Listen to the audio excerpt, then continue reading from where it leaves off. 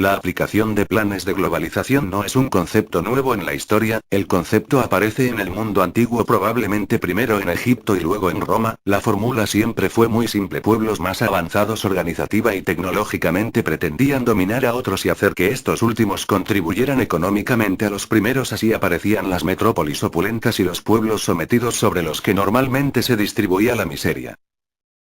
En el mundo moderno este concepto se denomina imperialismo y consiste esencialmente en que los países centrales tienen obreros fuera de sus fronteras que les rinden el fruto de su trabajo, o mejor dicho, que les remitida a esos países centrales el fruto de la plusvalía de esos obreros. En el mundo antiguo y en general hasta principios del siglo XIX estos conceptos, si bien definían buena parte del mundo de entonces, no afectaban más que tangencialmente al modo de vivir y la calidad de vida de las personas.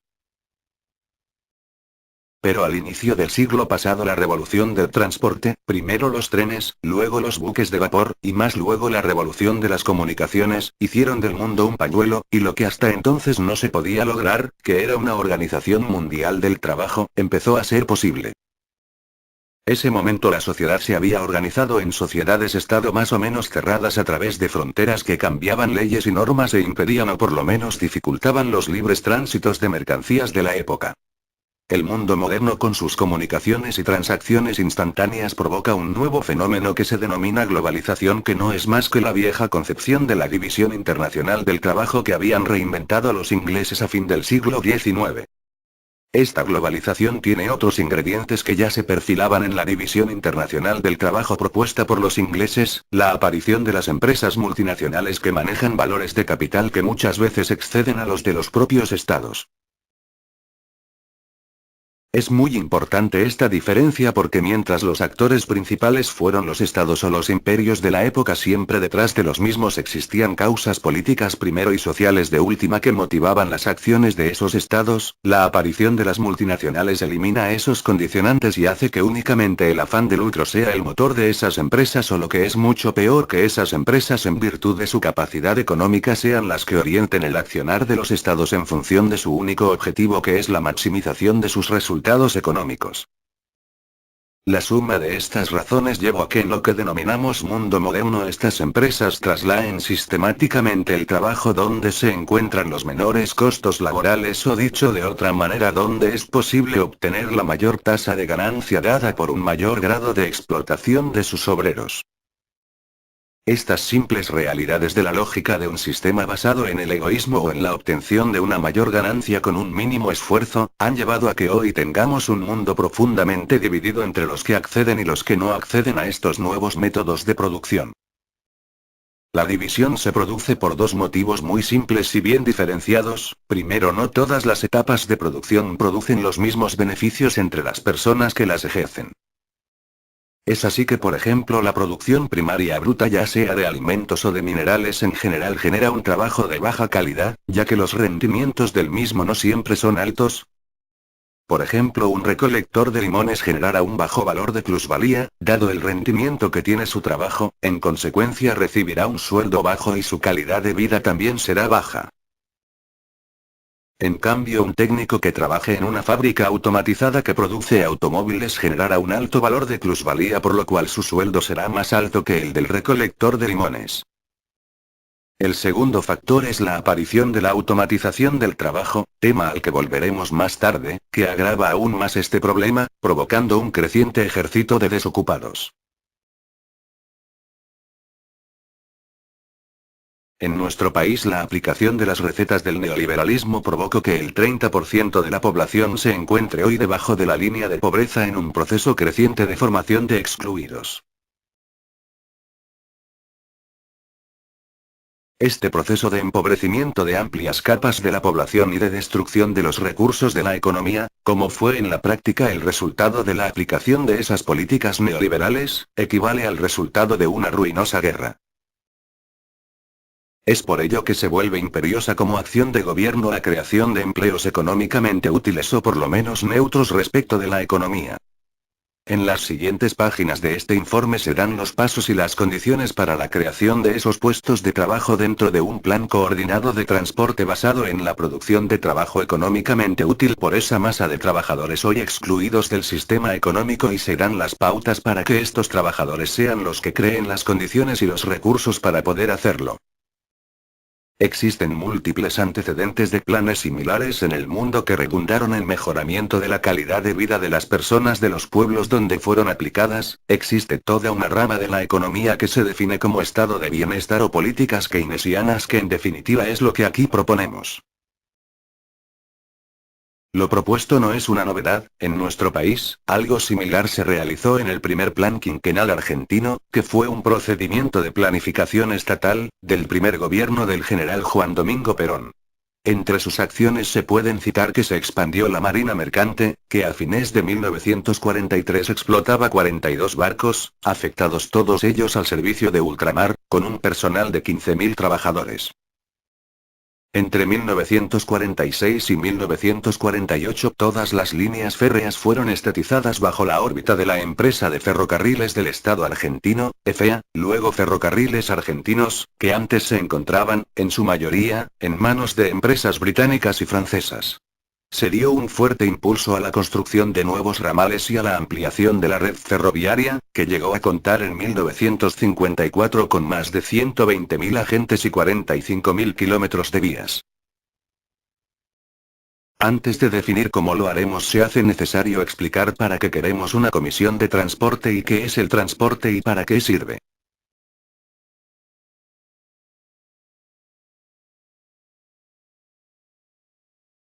Para ello viene muy bien el ejemplo de la arena en el desierto, la misma en ese lugar no tiene ningún valor, pero la misma arena puesta al pie de una hormigonera en una ciudad es un elemento muy valioso sin el cual es imposible elaborar el hormigón.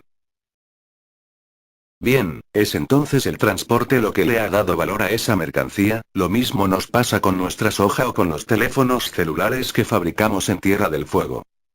Ninguno de estos elementos tiene prácticamente valor al pie de la cosechadora o de la línea de producción, el valor lo adquieren estos artículos cuando llegan al mercado que los consume. Hay muchas maneras de realizar el transporte que van desde los porteadores, que no son más que musculosas personas que llevan en sus espaldas las mercaderías que queremos transportar, hasta sistemas de transporte que flotan sobre colchones magnéticos prácticamente sin rozamiento. Son los dos extremos tecnológicos del problema. Los porteadores no necesitan prácticamente ninguna infraestructura, mientras que un maglev, transporte de levitación magnética, requiere de una sofisticada infraestructura que se encuentra en la frontera tecnológica de lo que hoy puede realizarse. Bien, ¿cómo decidir entre los distintos sistemas? Ello depende de varios factores. El primero es el costo del transporte y el segundo es el precio del objeto transportado y la posición geográfica de nuestros competidores. El costo del transporte se sumará entonces al costo de fabricación de nuestro producto y definirá cuán lejos puede estar el mercado donde vendamos nuestro producto. O dicho de otra manera, si el costo del transporte es bajo, podremos vender nuestro producto en mercados más distantes. Imaginemos que debiéramos transportar nuestra soja con porteadores. Para ver un ejemplo extremo, el costo de ese medio de transporte sería tan alto que no podríamos llevar la misma mucho más allá del campo de cultivo, y de ninguna manera a un mercado de ultramar.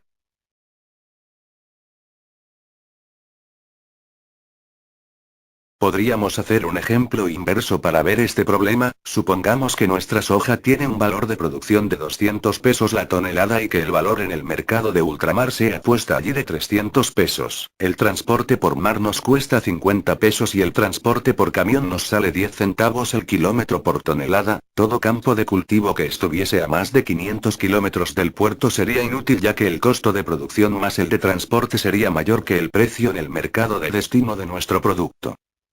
Podríamos verlo de otra manera: un productor que estuviese no a 500 kilómetros del puerto sino a 100 kilómetros podría obtener 40 pesos más por cada tonelada de soja que venda. Dicho de otra forma, el mejoramiento del rendimiento y la eficiencia del transporte aumentará la ganancia del productor, o el valor diferencial de nuestra producción. Ya veremos luego para qué. Externalidades, o quién paga la cuenta.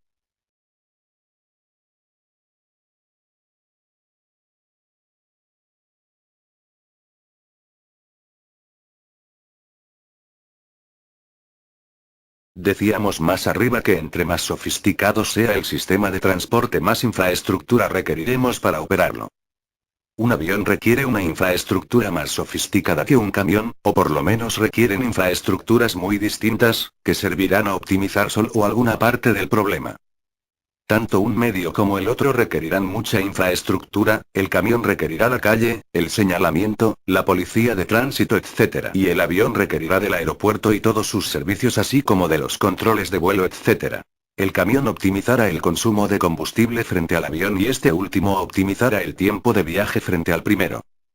Ambos sistemas requieren infraestructuras que se usan muchas veces para otros fines y se comparten los gastos. El avión comparte el gasto del aeropuerto con otros aviones y muchas veces con operaciones militares u otros usos, mientras que el camión comparte los gastos de la infraestructura de la calle con los automóviles.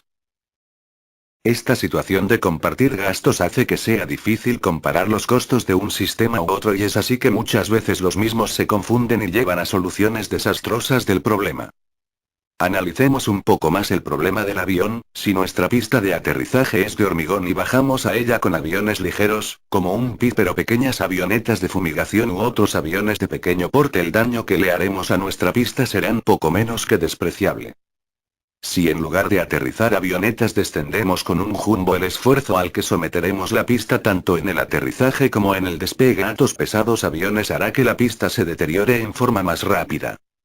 Los ingenieros hablan de la potencia cuarta del peso. Si nuestra jumbo pesa el doble, el daño será no de 2 veces más sino de 16 veces más que el causado por nuestro avión más pequeño.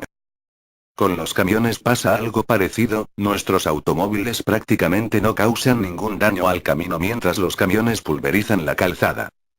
Pero las calles y los caminos no solo se hacen para que circulen los grandes camiones, sino más bien para que circulen automóviles y otros camiones más livianos, pero el que los destroza será el camión pesado. Cuando calculamos el costo del transporte de ese camión, debemos entonces incluir el daño que ese camión infiere en la infraestructura. Si no lo hacemos, estaremos haciendo una transferencia de recursos económicos entre los que pagaron el camino y los que transportan con ese camión pesado. Hace muchos años se ha inventado una forma muy simple de calcular el costo de un modo de transporte y es a través de lo que se denomina externalidades. Las externalidades pueden ser positivas o negativas.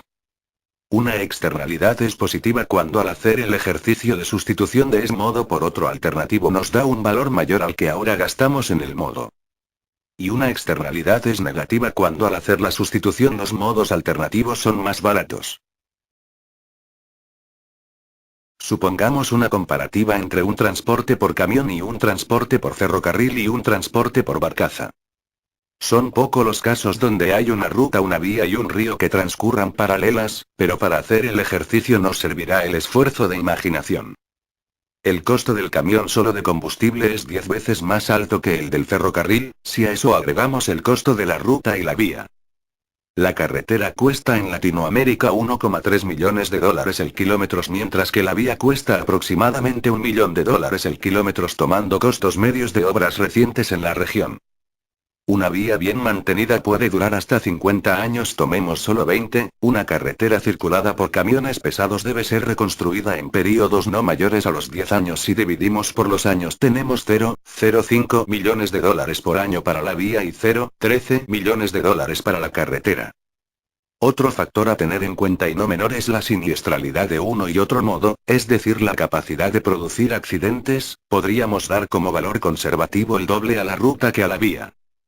Otro tema no menor es el capital inmovilizado en los sistemas de transporte. Por ejemplo, un vagón de carga que transporta 40 toneladas cuesta unos $35.000, mientras que un camión cuesta unos $87.000. Es cierto que al vagón debemos sumarle el proporcional de la locomotora, pero si tenemos 30 vagones para una locomotora de $1 millón, deberemos sumarle otros $30.000 a nuestro vagón, por lo que nuestros vagones motorizados, para decirlo de alguna manera, nos costarían ahora unos $60.000 cada uno. Bien, el costo entonces entre cada camión y cada vagón es 1,45 veces mayor para el camión. Un tren es operado en el peor de los casos por 4 personas, un guarda, un revisor, el conductor y su ayudante, y en el mejor de los casos por 2. Cada camión necesita por lo menos un conductor, así que si comparamos la dotación de un tren de 30 vagones con 30 camiones comparables, la relación camión-tren será de 7,5 veces mayor para el camión. Resumiendo. Está claro que estas relaciones no pueden sumarse de la misma manera que tampoco pueden sumarse chanchos con batatas, porque todo el mundo sabe que los primeros se comerían a las últimas, pero saliendo de esas disquisiciones formales podríamos decir sin equivocarnos que el transporte por camión cuesta por lo menos de 10 a 15 veces más que el transporte por ferrocarril. Hasta aquí tenemos el costo social del transporte, es decir, el costo del transporte para toda la sociedad. Veamos ahora qué pasa con los costos mercantiles de una u otra actividad. El camión paga un impuesto global que es por lo menos 5 o 6 veces lo que paga un automóvil, lo cual ya plantea una inequidad porque la rotura que provoca es varias veces mayor. En el siguiente cuadro comparamos la rotura solo por peso de un camión de 40 toneladas contra un automóvil de 1 tonelada. El deterioro de la ruta es función de la cuarta potencia del peso por eje. El peso máximo admitido en la Argentina es de 10,5 toneladas, con lo cual el eje de un camión que respete esa carga rompe el pavimento 12.155 veces más que el eje de un automóvil de 1 tonelada de peso por eje. Si ahora consideramos el número de ejes de uno y otro vehículo. Para el peso de nuestro auto, 0,75, a la cuarta es 0,3164, que es la rotura que produce el eje del auto. Para el peso del camión, 10,5, a la cuarta es 12.155, que es la rotura que produce el eje del camión. Si ahora dividimos estas relaciones, rotura eje camión, sobre rotura eje auto, nos da 38.416. Y como el camión tiene 4 ejes, romperá en valores relativos 76.833 veces más que el auto. Además, estudios informan que el 30% de los camiones circulan con un 20% de sobrepeso, con lo que el peso por eje sería de 13,65 y el deterioro de la ruta sería igual al paso de 160.000 autos.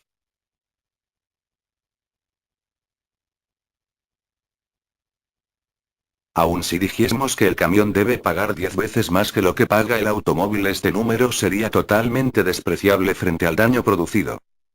Es decir, nuestro camión no paga por la infraestructura que usa y rompe.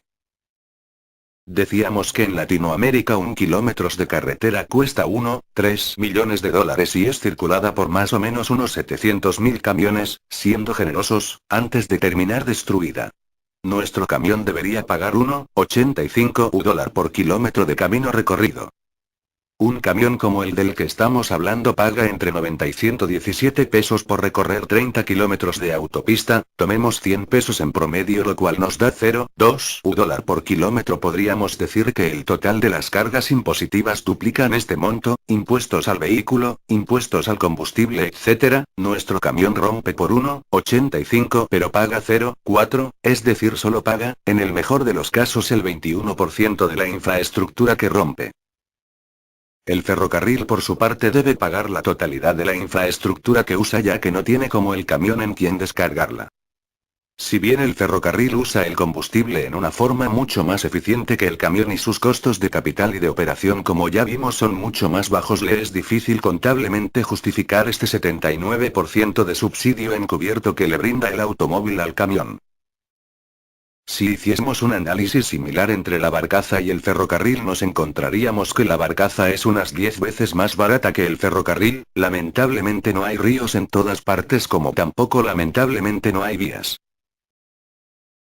Se dice que el costo encubierto, sea positivo como en el caso del ferrocarril o negativo como en el caso del camión, es una externalidad del sistema.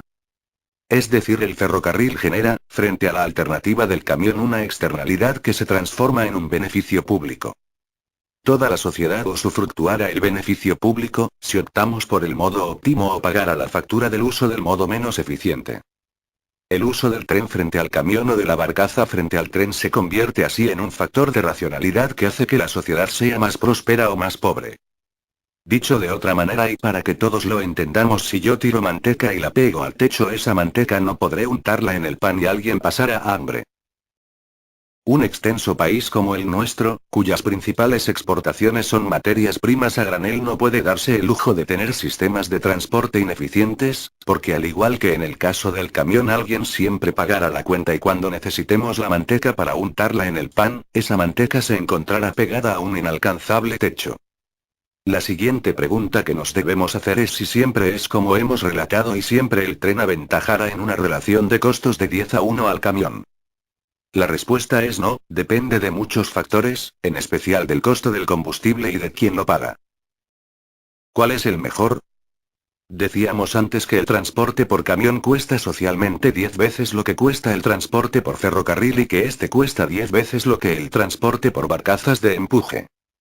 Pero resulta que tengo un campo sembrado con soja de 20 kilómetros del puerto de Rosario, ¿me conviene allí la barcaza o el tren?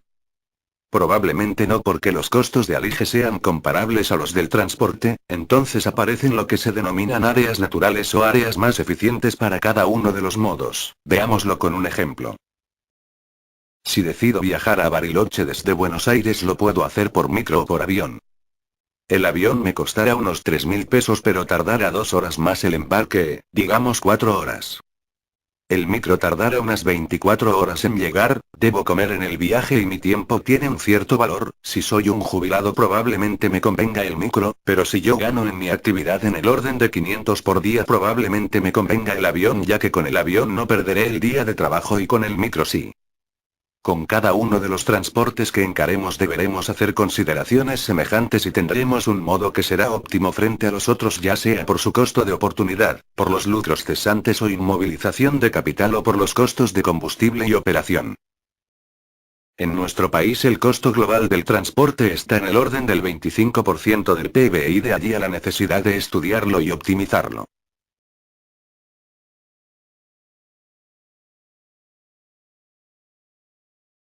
Cuando hablamos de optimizar, inmediatamente debemos preguntar para qué y para quién. De lo contrario, dicha optimización no tendrá sentido. Si yo fuese un fabricante de motores, un refinador de combustible o un fabricante de acero, seguramente no optaría ni por las barcazas ni por los ferrocarriles, ya que para mí la optimización es lograr que se usen el mayor número posible de motores o se use la mayor cantidad de combustible, ya que lo que hace máxima mi rentabilidad son esos factores. Así los puntos de vista de cada uno de los actores económicos pueden dar horizontes de optimización muy distintos. Por ejemplo, el dragado de un río puede dar lugar a la optimización del transporte fluvial desde el mismo, lo cual será óptimo para los productores que se encuentren río arriba, al mismo tiempo que ese mismo dragado puede producir inundaciones o desastres ecológicos río abajo. Ver el caso de la cuenca del Mississippi como caso paradigmático, la optimización que resultó óptima para los productores ríos arriba resultó desastrosa para los de río abajo. Aquí entonces debemos definir un nuevo concepto, lo que nosotros llamamos beneficio público. O dicho de otra forma, de qué manera maximizamos la felicidad de las personas de nuestra comunidad. Aquí aparece el para quién. Si cualquiera de nuestros proyectos no maximizan a largo plazo la felicidad de nuestra gente, no conviene hacerlos, no importa cuánto sea el beneficio contable que pudieran darnos. Como decíamos más arriba, una actividad que es casi el 25% del total de actividades que se realiza en nuestro país, bien merece un detallado plan de ejecución, y para eso deberemos tener un plan de transporte, que como también decíamos más arriba, maximice la felicidad de nuestro pueblo. Cuando nosotros definimos la optimización también dijimos que había tantas optimizaciones posibles como actores tuviese el problema, ya que cada punto de vista da lugar a una optimización particular. Esta definición nos deja fuera del mercado, o dicho de otra manera nos muestra como inviable una economía sustentada en las leyes del mercado. Si nosotros solo nos rigiésemos por las leyes del mercado, las mismas nos llevarían a una concentración en lugar y actores que se acostumbra a llamar monopolio, los cuales son las antípodas de los objetivos que pretendemos lograr, que son el beneficio público y la maximización de la felicidad de nuestro pueblo. Cada uno de los actores particulares pretenderá, como lo hemos visto en los últimos años, optimizar su posición, a costa de la de los demás, originándose una optimización a favor de un solo grupo, el cual tenderá cada vez a reducirse más hasta quedar un único actor que termine con el recurso como consecuencia de su política de optimización.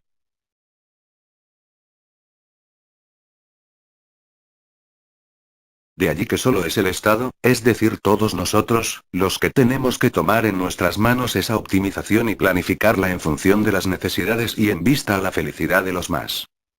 El particular, solo puede aprovecharse del beneficio público, como el dueño del camión se apropia del subsidio encubierto que le da el automóvil, pero no puede usarlo ni planificar con ese beneficio público, solo puede usarlo el Estado.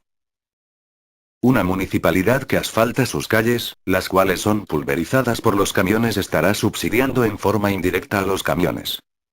Mientras que ese mismo municipio, si la carga es transportada por ferrocarril, se beneficiaría con la externalidad que el modo produce como ahorro en la reconstrucción de las calles. Es por ello que el privado no puede ni debe planificar ni puede usar el beneficio público, únicamente el Estado puede hacerlo, de allí que los sistemas que lo producen solo pueden estar en manos del Estado, es decir, de todos nosotros. Lo antes dicho muestra que los medios que producen beneficio público, tales como una calle, un alumbrado o el ferrocarril, solo pueden estar en manos del Estado y nunca de particulares. Lo mismo ocurre con la planificación. Combustible, tecnología y puestos de trabajo.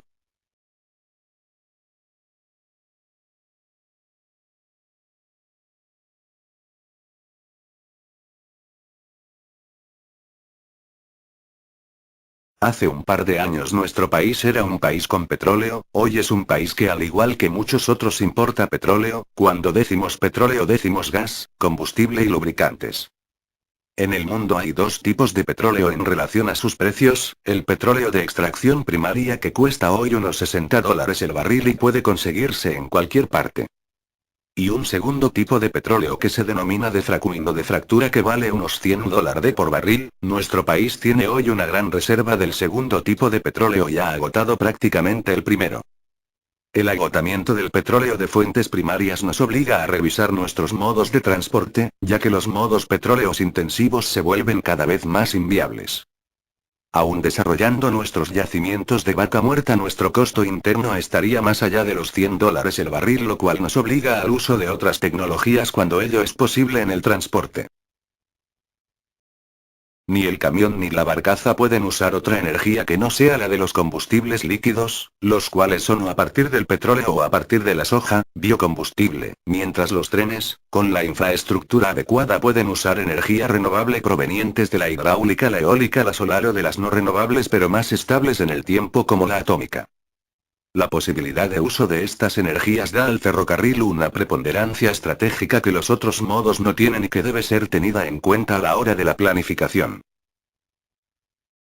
Uno de los problemas más acuciantes a los que debe enfrentarse la actual administración no es el darle de comer a millones de personas, sino más bien el encontrar la forma de ocupar sus tiempos libres.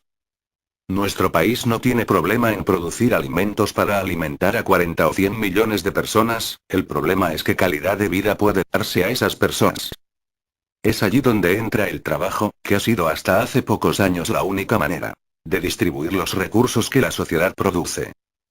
Cuando Carlos Marx escribió El Capital, la situación era bien diferente. En su clásico estudio del taller de fabricación de limas, cada operario producía una plusvalía de 7, es decir, solo recibía la octava parte de lo que producía y el resto, es decir, las 7/8 partes, se lo embolsaba el dueño del establecimiento, de allí que él mismo se enriqueciera y sus operarios vivieran muy cerca de la miseria. Hoy la situación es enteramente distinta. En una fábrica medianamente automatizada, digamos una fábrica de zapatillas medianamente automatizada, la plusvalía puede ser del orden de 1000 veces el valor del salario que recibe el trabajador.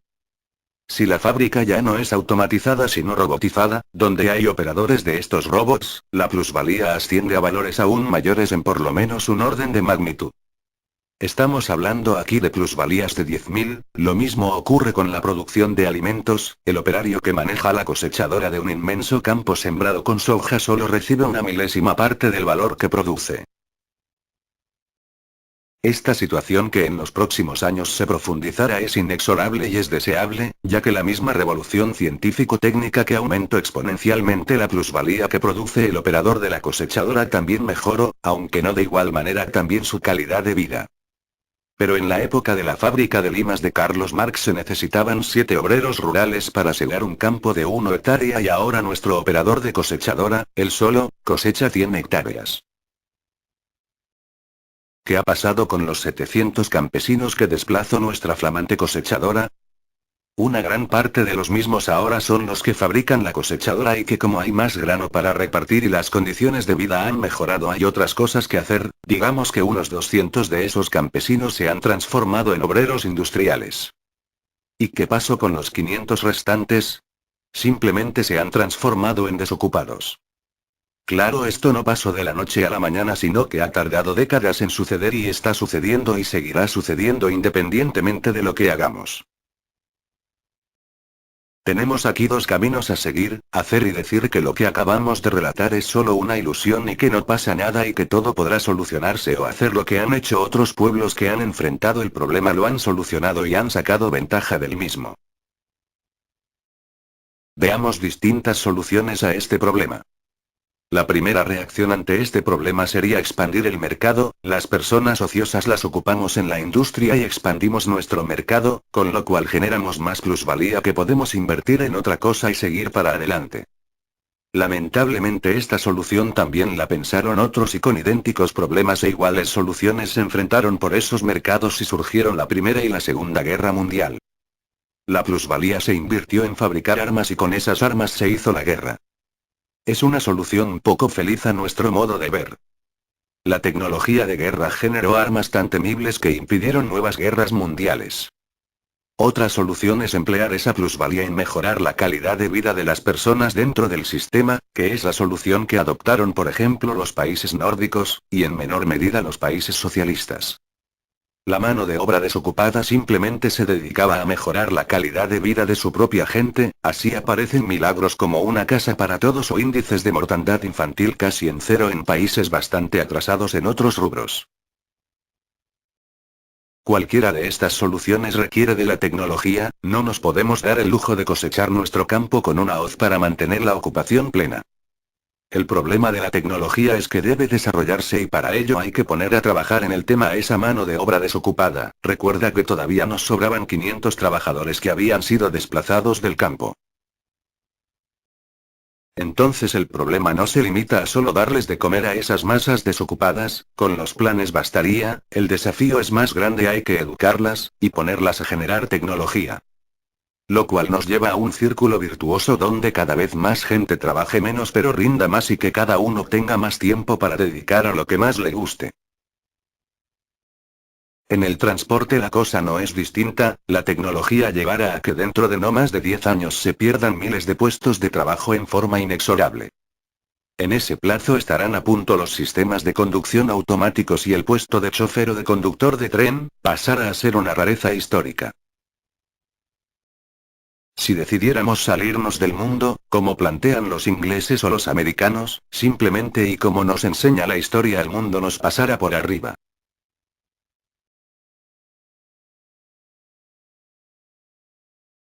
Es entonces imprescindible incorporar la tecnología y desarrollar desarrolladores de la misma, locales, en todas las áreas y en el transporte en particular. Y debe planificarse cuidadosamente mientras transitamos la transición: cómo hacemos una industria local que permita usar esa fuerza de trabajo hoy transformada en una carga social. Pero el norte no debe ser, como lo fue en el pasado, mantener esa reserva de puestos de trabajo a través de subsidios cruzados, sino de ver cómo esa industria se transforma en una industria de innovación y desarrollo. Estamos planteando aquí que los hijos de los desocupados de hoy sean los investigadores de mañana, y para ello la verdadera revolución debe estar en la educación como lo han entendido los pueblos que hoy se encuentran a la vanguardia del desarrollo mundial. ¿Cómo pagar el desarrollo industrial? Si nosotros mejoramos las prestaciones de nuestro transporte, los excedentes los podemos invertir en relanzar una industria nacional en los rubros del transporte, aunque los costos sean más altos que los importados debido a que los mismos son costos internos y no requieren de divisas. Estos desarrollos, que pueden ocupar a miles de personas, pueden hacerse a través de la reinversión de las plusvalías que estas mismas personas produzcan y totalmente fuera de los circuitos del mercado. El plan propuesto no es muy distinto a los de un plan trabajar, la única diferencia consiste en que mientras un plan trabajar no rinde plusvalías ya que normalmente los trabajos encarados son de muy baja productividad, aquí proponemos que sean altamente productivos y que esas plusvalías se reinviertan en el sistema en el tiempo que tardemos en formar a los hijos de esos trabajadores en nuevos investigadores que hagan que el trabajo rinda cada vez más. Es evidente que un plan como el propuesto no puede ser encarado por un particular, debe ser encarado por el Estado, tampoco es necesaria una dictadura del proletariado para llevarlo a cabo, ni es necesario abolir la propiedad privada ni nada por el estilo, lo único que es necesario es una férrea voluntad y un amplio acuerdo para poder llevarlo a la práctica en beneficio de todos. Un plan como el propuesto requiere un amplio acuerdo y además una continuidad que debe por lo menos abarcar 2 generaciones, para ello debemos por lo menos dotarlo de un estatus constitucional y reformar nuestro Código Civil penando duramente los delitos de traición a la patria, corrupción y toda otra forma de apropiación de bienes públicos para su usufructo privado. En nuestro país existe legislación al respecto pero de signo contrario tal como la ley Dromi que prohibía al Estado poseer empresas productivas por ejemplo. Aquí en cambio se trata de idear un sistema jurídico que impida que las empresas del Estado puedan ser apropiadas por particulares y que castigue duramente a quien atente contra su eficiencia o competitividad. No tiene sentido formular una política basada en la acumulación dentro de empresas del Estado si no se formulan también herramientas para que se impida el ciclo de acumulación estatal apropiación privada que se ha dado en nuestro país en los últimos 50 años y que se ha recrudecido en este último ciclo. Existen muchas formas de sabotear el trabajo del Estado, y el desafío consiste en prever cómo evitar la mayor parte de esos sabotajes. No es una tarea simple dada las múltiples estrategias que han desplegado estos ingeniosos ladrones de lo público que van desde despedir a eficientes administradores o a dictar normas en contra de los intereses de estas empresas y a favor de las propias. Surge también aquí el problema de los rindes y de lo que Lenin llamó en su momento el egoísmo de fábrica, que no es más que la exacerbación de los intereses de los obreros de estas empresas que muchas veces van contra el objeto mismo de ellas, aunque en apariencia se trata de auténticas reivindicaciones o en otros no se trata más que de conflictos impuestos por otros intereses ajenos a los propios trabajadores y que usan a los mismos contra sus propios intereses. En definitiva, el problema de las garantías de un plan como el propuesto no es un tema simple de resolver. Volvemos aquí al tema de la educación como motor y garantía de un proceso como el que proponemos. Desde la educación debe fomentarse entonces el valor de los bienes comunes y la necesidad de su defensa. Surge aquí también la necesidad de legislar sobre la patria contratista. La aparición de empresas privadas que se montan sobre la empresa pública ha sido una constante, si bien la aparición de estas empresas no constituye un delito ni nada que se le parezca al cabo de un tiempo terminan de un modo o de otro reemplazando la actividad de la empresa estatal.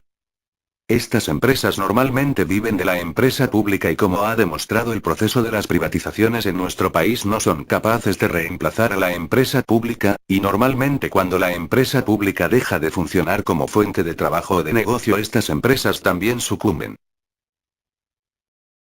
Este fenómeno se dio dentro de las empresas ferroviarias, de las viales y del petróleo. En el caso de las empresas viales llegaron a desmantelar la capacidad de trabajo de la empresa madre, como es el caso de Vialidad, donde la cual prácticamente no tiene capacidad propia de realizar las tareas que le dan razón de ser como el mantenimiento y la construcción de rutas. Lo mismo ocurre hoy en el sector ferroviario donde la empresa estatal no tiene ni los medios ni la capacidad técnica de encarar obras ni de reconstrucción ni prácticamente ni siquiera de mantenimiento de sus propias vías. Los casos de ferrocarriles, Vialidad y petróleo, ex-YPF, siguieron caminos distintos pero llegaron a la misma situación. En el caso de Vialidad, la paulatina concesión de las construcciones primero y de los mantenimientos después fue despojando a la empresa estatal de su capacidad de construcción propia y de determinación de costos terminando en manos de mesas de concesionarios que negocian entre ellos las obras a construir y donde las licitaciones no son más que una máscara de un bien aceitado negocio privado. Ferrocarriles llega a una situación similar de mano de las privatizaciones que destruyen su capacidad de construcción, estando hoy en una situación muy similar a la de Vialidad. En el caso del petróleo el proceso fue distinto pero ha llegado a igual puerto. Aquí la privatización de la empresa formó una multitud de pequeñas empresas contratistas las cuales no tenían ni la capacidad ni la oportunidad de vivir fuera de la empresa madre. A medida que estas empresas se fueron fundiendo o reagrupándose, el total de la obra pasó a las grandes empresas privadas que existían con anterioridad, perdiendo la petrolera su capacidad de construcción. Es así que los legítimos intereses de estas empresas contratistas influyen con las empresas del Estado, provocando distintas acciones y condiciones que muchas veces hacen que los valores de las obras alcancen tales costos que muchas veces se contraponen con el objeto mismo de la empresa estatal. Un ejemplo de esto es la obra vial, donde el costo de la carretera en Latinoamérica supera 1,7 millones de kilómetros, mientras que en otras partes del mundo donde no se dan estas condiciones es sustancialmente menor. Es por lo antes dicho que no tendría sentido hablar de la reconstrucción de las empresas públicas y de usar lo que estas empresas generen para su propio desarrollo si no se prevé el problema de la patria contratista, ya que se llegaría al mismo resultado que antes tuvimos, donde son estas empresas parasitarias las cuales se apropian por medios indirectos de los beneficios de las empresas públicas. Siempre el argumento que se esgrime a favor de estas empresas son sus iniciales menores costos, los cuales en realidad no lo son, porque estas empresas se nutren generalmente del personal que formó la empresa pública y sus costos son menores siempre que compiten con la empresa pública, pero cuando ésta desaparece o deja de realizar sus labores, sus costos se multiplican, como no podría ser de otra manera, como por arte de magia. Esto es lógico porque al perder la capacidad de realizar el trabajo, la empresa pública también pierde la capacidad de medir los costos y queda rehén de las privadas. Desde el punto de vista legal, las nuevas obras no solo deberán exhibir los estudios de impacto ambiental, sino también de beneficio público, y este concepto debe tenerse en cuenta a la hora de la asignación de presupuestos para una u otra obra.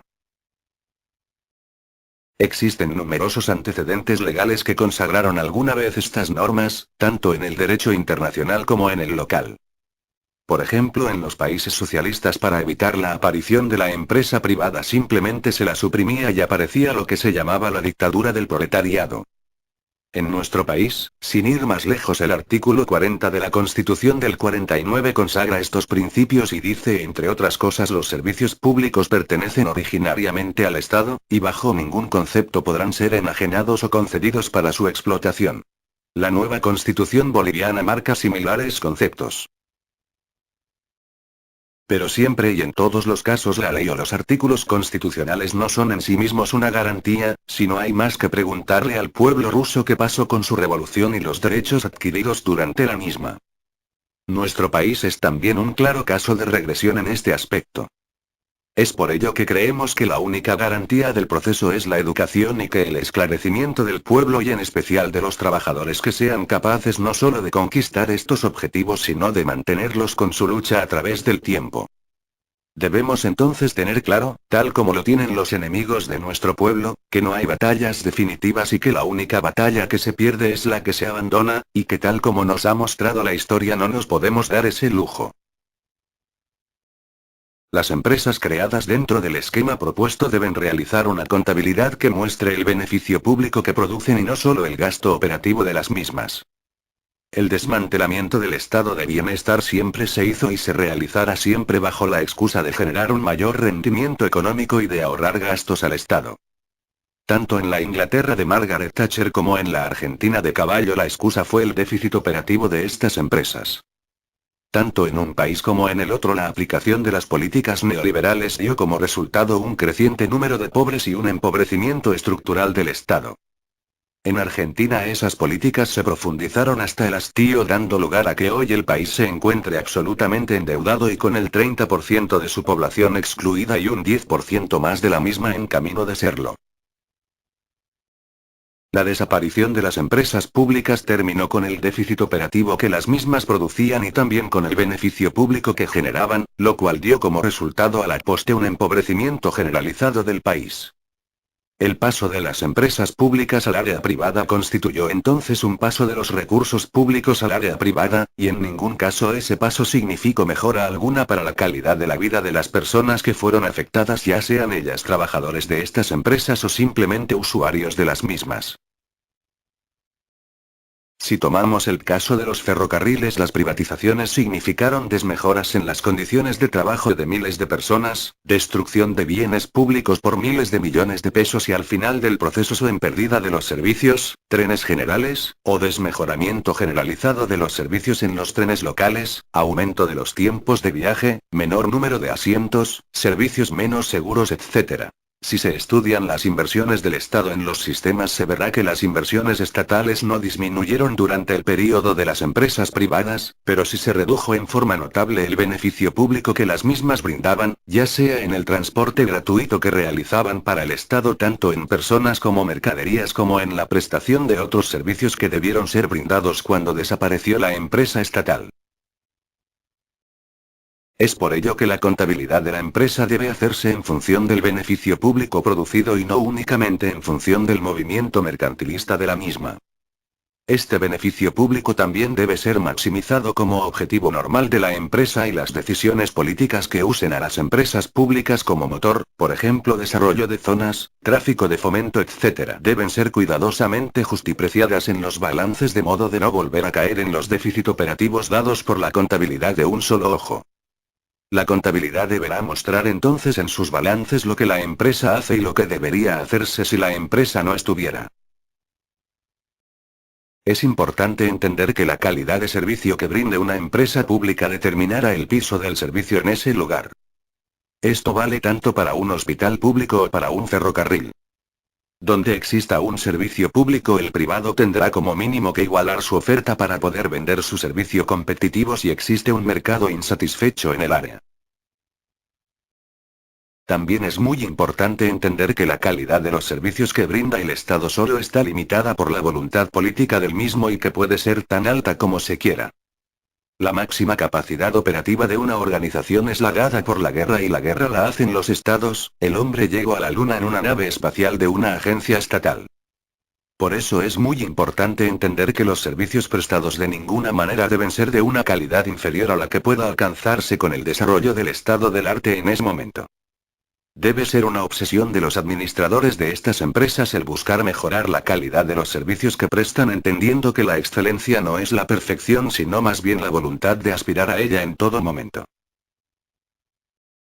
La segunda preocupación de los administradores de estas empresas debe ser mantener los costos operativos tan bajos como fuese posible a los efectos de lograr que los beneficios de la misma lleguen a más ciudadanos. Aparece aquí un nuevo condimento que debe tenerse muy en cuenta a la hora del diseño de estas empresas, que no es más que la motivación del personal que trabaja en ellas. Existen múltiples maneras de lograr motivación, el detalle de las mismas escapa sin duda a la elaboración de este conjunto de principios, pero sin esa motivación la empresa que proponemos simplemente es imposible. Es este otro punto donde los enemigos de lo público pondrán la cuña, y es por ello que no debe dejársele la fisura para que esa cuña entre, de allí la necesidad que estas empresas sean de excelencia, así como los miembros de la misma.